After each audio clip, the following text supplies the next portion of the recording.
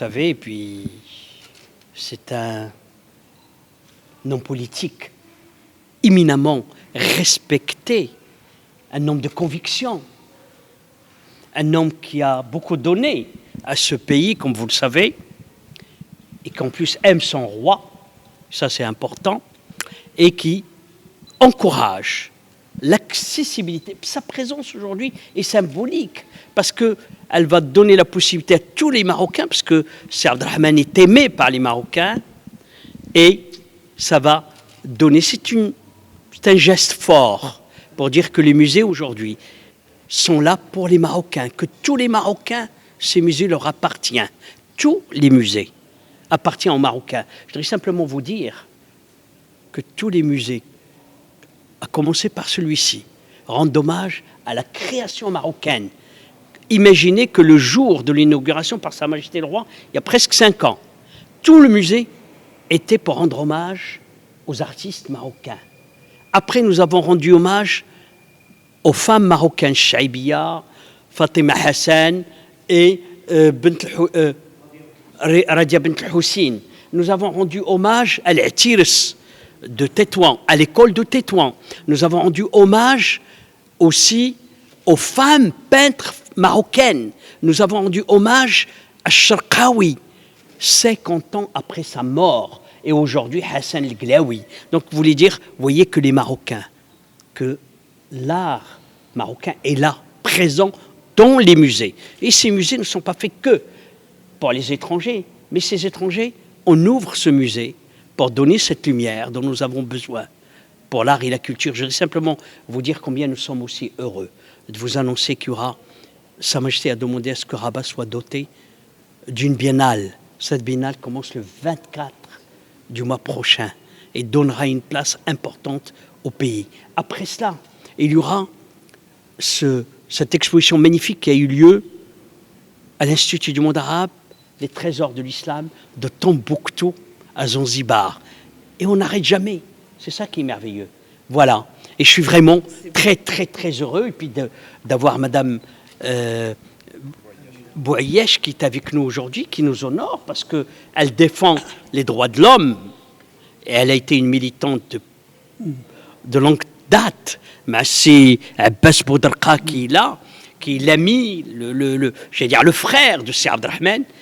Et de voir tous ces gens-là qui portent ce projet, le projet de l'éducation, le projet simplement de la lumière, et le projet surtout, sortir ces enfants. Vous savez qu'on a 65% de jeunes qui fréquentent les musées aujourd'hui. L'ex-premier ministre avec qui j'avais l'honneur et le plaisir de travailler et avec qui j'ai beaucoup appris en matière des droits de l'homme. Et cette visite symbolique, c'est aussi tout le symbolisme qui reflète le parcours des Marocains à s'approprier la culture.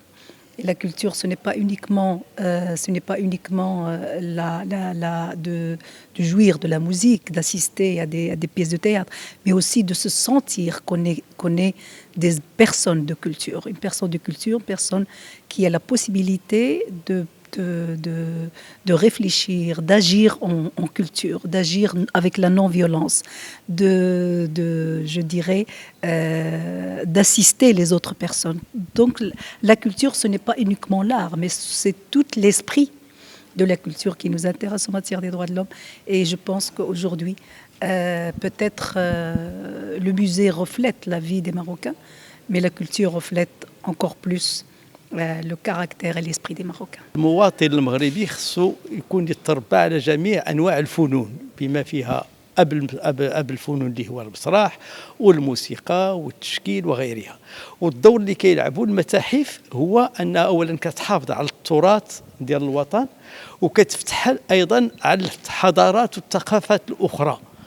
وبالتالي يعني خصنا هنا في المغرب نربيو الاولاد ديالنا في المدارس على مختلف الفنون اللي هي كتهذب الاخلاق وكتفتح الذهن ديال الناشئه ديالنا على المستقبل.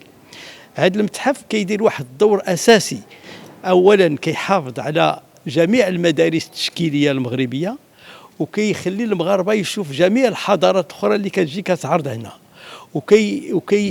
وكيحيي الذكرى. مثلا قيدوم ديال التشكيليين المغاربه هو المرحوم الشرقاوي، يلاه اخيرا درنا له الذكرى ال50، وهذا من احد الادوار ديال.